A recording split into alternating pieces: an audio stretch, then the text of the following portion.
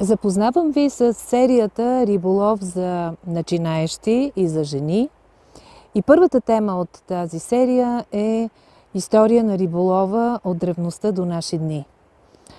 Как риболова се е превърнал от средство за препитание в средство за забавление и отдих. Ще научите много интересни неща, интересни факти и полезни за вашата бъдеща дейност, ако решите да се занимавате с риболов. Реня, дали може да ни разкажеш за историята на риболова? От кога датират първите данни? Да, има данни от древността, от почти 2000 години преди Христа. На египетски рисунки са били изобразени хора, които са ловили риба с мрежи, а до тях имало и такива с въдици. Също така има данни, че в Китай се е ловяло риба с влакно от коприна, кука направена от игла, бамбукови пръчки и сварен ориз за стръв.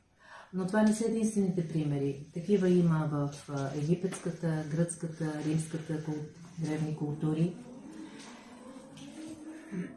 Кои са били първите риболовни такъми?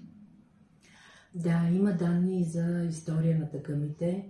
Там основна роля играе риболовната кука, която първоначално се изработвала от дърво, а след това от кост и камък, докато се стигне до откриване на желязото, и тогава риболовната кука е била изработвана вече много прецизно, имала много видове и са се използвали куки с влакно и стръв, и до наши дни тези такъми се усъвършенстват все повече и повече. Слушам, рибарите непрекъснато говорят за такъми. Какво точно значи това? Това са пособията и съоръженията, с които риболовците ловят риба. На времето хората са ползвали влакна от животински и растителен произход и са държали влакното с ръце. Това обаче е изисквало необходимостта от лодка и поради това неудобство се е довело до появата на рибарската пръчка, която е в днешно време въдицата. Отначало риболовният прът е бил къс, около 1,5 м, но след това вече се удължавал с наставяне на дължината. Кога е започнал спортния риболов?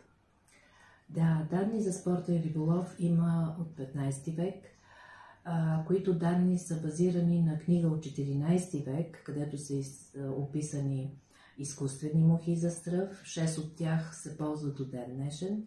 Пръчките вече са били с размери около 4 метра, а за влакно са се използвали завързани един за друг косми от опашката на кон. И така такъмите са се усъвършенствали.